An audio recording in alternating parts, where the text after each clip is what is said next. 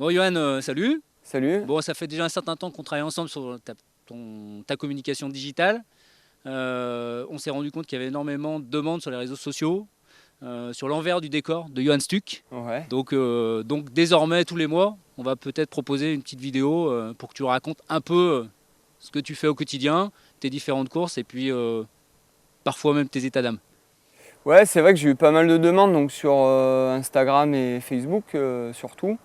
J'avais lancé une petite vidéo où j'avais dit bah allez, je vais me lancer sur ma chaîne YouTube. J'ai commencé, mais là voilà, je me balance complètement. Donc c'est cool que Omaha Beach m'aide à faire ça. Donc on va essayer de faire une vidéo par mois où dessus bah, je vais raconter un petit peu les aléas d'un coureur, de ce qui se passe. Bah, toujours le partage avant tout, donc des endroits où je suis allé. Et après, il restera le site internet où bah, on restera sur un format, on va dire, texte et quelques photos. Mais ouais, c'est vrai que la vidéo était hyper importante à mettre en avant. Bon, allez, vas-y, alors raconte-nous un peu cet été chargé là. Alors, l'été, c'est vrai qu'il a été bien chargé. Donc, j'ai pas eu trop l'occasion d'aller en montagne au début de l'année, donc pour cette première partie de saison. Donc, c'est pour ça que j'avais des courses assez roulantes comme les Cottrails de Paris ou le Wings for Life. Je me suis pris une belle décharge au marathon du Mont Blanc, donc je me suis dit qu'il fallait peut-être bah, travailler un petit peu plus le dénivelé et surtout le travail en montagne. Donc, j'ai fait ça avec mon entraîneur Eric Lacroix. Donc je suis allé sur la Plagne. C'est une station que j'adore. Ça fait la 4e année où j'y vais. J'ai fait 3 fois la 6000D déjà, qui est fin juillet. Là, je me suis dit que je pouvais faire un bon bloc de préparation car je partais à la Trans-Rockies avec mon ami Martin Gaffuri de chez Scott. On allait faire une course donc, par étape qui fait 120 miles et 6000 mètres de dénivelé positif sur 6 jours. D'accord, Donc, qui était début août, hein. c'était début août. Donc bah, c'était parfait pour aller à la Plagne 2 semaines avant. Et j'en ai profité du coup pour faire la montée de la piste de bobsleigh, qui est une course chronométrée en contre-la-montre. Le lendemain, j'ai fait le kilomètre vertical, donc 1000 mètres de dénivelé sur 5 km. Et le lendemain, la 6 des lacs, donc c'était un 26 km avec 1650 de D+. Tu pouvais pas te contenter d'une seule course, non? Non, bah, pour un bloc de préparation, faut bien se mettre minable, donc c'était génial de faire ça, quoi. D'accord, alors c'est quoi le ressenti? Parce que tu as gagné les 3 courses quand même, hein. Bon, Alors je gagnais les 3 courses, j'ai été le premier à le faire, donc je suis content d'avoir fait ce challenge-là. Donc déjà c'était une fierté pour moi, surtout que bah, je voulais quand même faire la 6000D cette année parce que j'avais une petite revanche à prendre sur l'année dernière, mais je me suis dit bah faut être raisonnable pour la Trans-Rockies, donc j'y suis allé fort, mais après pas trop longtemps. Donc c'était plus de l'entraînement intensif en montagne, puis pour pouvoir enchaîner derrière une semaine après pour un dernier gros bloc d'entraînement en altitude. d'accord, toi quand tu t'entraînes, t'envoies du lourd en fait, hein. Ah C'est il ça? faut, hein, C'est il ça. faut.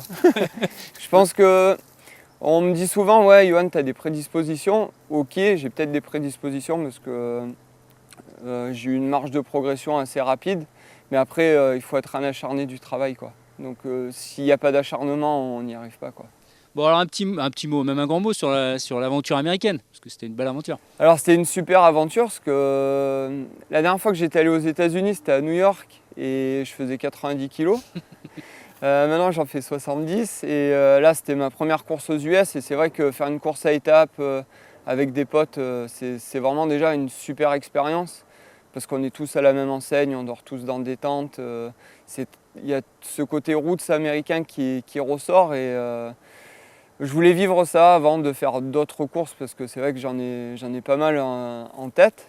Mais voilà, c'était une bonne étape pour débuter, pour courir en altitude avec des amis, boire des bières américaines, donc ça va, elles n'étaient pas très fortes. Et voilà, pour surtout aussi un moment de partage et faire découvrir un peu ces courses qui sont en dehors de France, que les gens ne connaissent pas suffisamment et qui méritent d'être connues, quoi. Alors quelques petites anecdotes, parce que ça peut être intéressant quand même. Donc bah, avec mon compère Martin Gaffuré, on s'est bien amusé et je pense que le deuxième jour quand on est arrivé à Leadville, donc c'est une course assez mythique dans le Colorado, on s'est dit bah, on va s'acheter un petit câble pour se tendre l'un à l'autre, un peu comme en ski alpi. Et on s'est acheté ça pour aider l'ami Martin à pouvoir suivre dans les côtes et dans les montées. Après, bon, dans les descentes, c'est vrai que je suis bien moins bon que lui, donc on détachait le câble quand même. Mais ouais, ça nous a bien aidé, donc je conseille à pas mal de personnes de faire ça, quoi. C'était assez marrant, donc ouais, à faire. Ouais. Et alors comment ça se passe? C'est-à-dire que vous courez la journée comment ça... Ouais, alors donc du coup, c'est ouais, l'emploi du temps, il m'a vraiment bouleversé. Parce que déjà, bon, c'est un lever à 5 heures, alors ça, bon, ça me fait pas trop peur.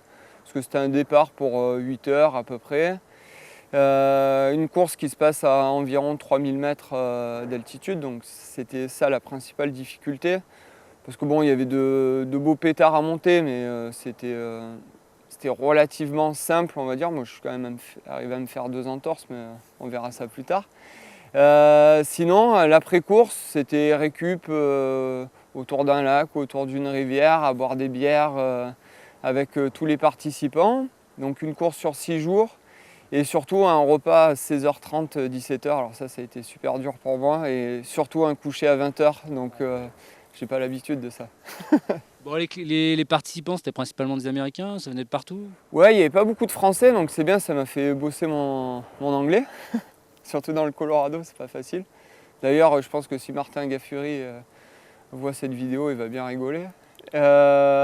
Voilà, il y a pas mal de nationalités, il y avait des Espagnols, des Asiatiques, donc c'était cool, ça faisait vraiment un beau melting pot et ouais, c'était sympa. Bon, on a bien compris que tu courais pour le plaisir, mais il y avait quand même une compétition. Alors tu finis deuxième, mais bon. Ouais, on finit deuxième, alors bon, ça a été assez compliqué pour moi sur la dernière partie de course, sur le dernier jour, parce que je me boite dans la dernière descente. Alors c'était peut-être la descente la plus technique, je pense pas même. Mais en fait, je me fais une entorse sur chaque cheville et je me tords le genou en même temps.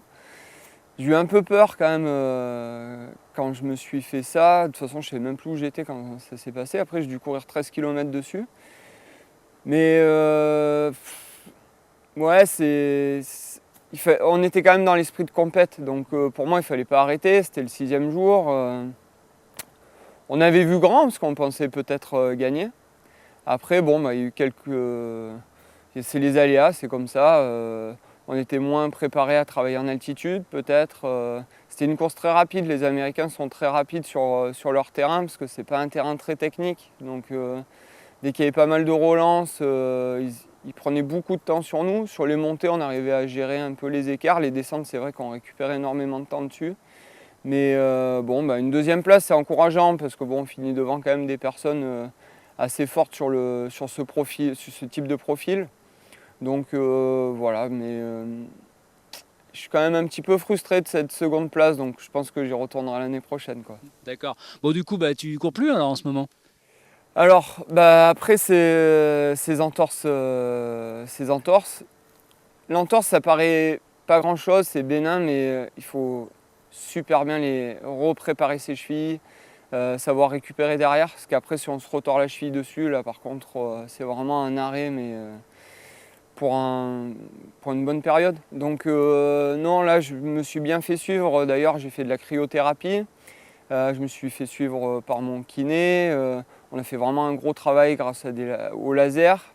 Et grâce à un partenaire de vélo, Boardman, qui me suit là depuis quelques semaines, j'ai pu rouler pas mal en vélo. Donc j'ai fait à peu près 500 km par semaine, en dépassant souvent les 5000, 6000 de dénivelé positif par semaine. J'ai pu me faire plaisir pour me régénérer déjà. C'est un mal pour un bien parce que ça m'a évité un petit peu tous les traumatismes que je me suis mis sur cette première partie de saison. Donc j'ai pas mal déroulé les jambes, j'ai travaillé un petit peu la puissance comme je le pouvais. Je me suis fait plaisir, je me suis fait des cols, j'ai fait le col des Mossons, le col des Brosses, le Mont Ventoux et j'en passe. Même à la Plagne, je me suis bien amusé en faisant quelques côtes, puis en essayant d'aller chercher des segments Strava parce que faut rester joueur et compétiteur, hein, même si on est en vélo. Et ça m'a même donné envie de faire quelques classiques l'année prochaine. Et quand on fait du vélo, des fois on fait des rencontres. Dis-nous un peu, c'est intéressant. En parlant de Strava, c'est assez marrant parce que du coup on reste toujours sur ce côté américain. Quand j'étais à Cham lors de l'assistance d'Andy Simons sur l'UTMB, parce que je faisais son assistance, j'ai croisé Anton Kuprika, le fameux trailer américain, barbu, cheveux longs, totalement en route. Je l'ai vu sur son gravel bike, d'ailleurs c'est le seul qui en ait un en France. Donc on a pu échanger ensemble, donc c'était assez sympa. Je lui ai montré où c'était le col des Mossons parce que j'y allais, mais il ne m'a pas suivi, je pense qu'il a eu... C'est un barbu peut en remplacer un autre, Ouais, en fait, c'est un peu ça. C'est ça. Ouais, je lui ai proposé de venir au lac des Mossons, mais il n'a pas voulu.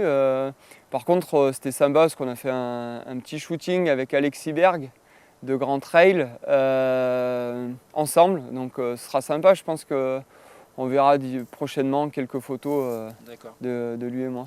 Bon, pour conclure, alors le programme de l'automne, alors c'est quoi? Alors l'automne, là je continue de me régénérer un petit peu pour essayer de faire une belle fin de partie de saison. Je suis assez satisfait de la première partie, donc j'aimerais vraiment faire une belle année, parce que j'ai jamais fait une année complète réellement. Là j'aimerais vraiment me faire plaisir.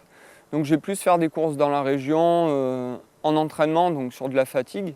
Donc je ne veux pas atteindre mon pic de forme sur cette période de septembre-octobre. Par contre, en novembre, on va vraiment accélérer les choses. Donc, je vais faire le trail de Rodrigue, qui est sur l'île de Rodrigue, juste au-dessus de la Réunion. C'est un 40 km avec 2000 mètres de dénivelé environ, avec pas mal de relances, donc un peu ce qu'on retrouve ici dans les Monts d'Or, mais avec un peu plus de technicité. Et après, j'ai un trail au Chili, où là, il y a 50 km et 4000 mètres de dénivelé positif. Donc là, ça va être très technique, c'est bien parce que je veux bosser cette technicité. Je veux être un coureur polyvalent, qui soit rapide mais aussi technique. C'est un peu mon désavantage, la technicité. Donc je suis un acharné de travail. Donc pour mieux apprendre, il faut aller sur les courses et se rentrer encore plus dedans qu'à l'entraînement. Donc on verra bien. Et après, je vais essayer de régénérer de façon très courte pour pouvoir avoir mon objectif, on va dire, de fin d'année à San Francisco sur le 50 miles. C'est une course qui est très relevée. Donc je retrouverai, je pense, pas mal de coureurs américains que j'ai vus à la Trans Rockies qui courent très vite, qui ont des temps en dessous de 2h20 sur marathon et qui se sont mis au trail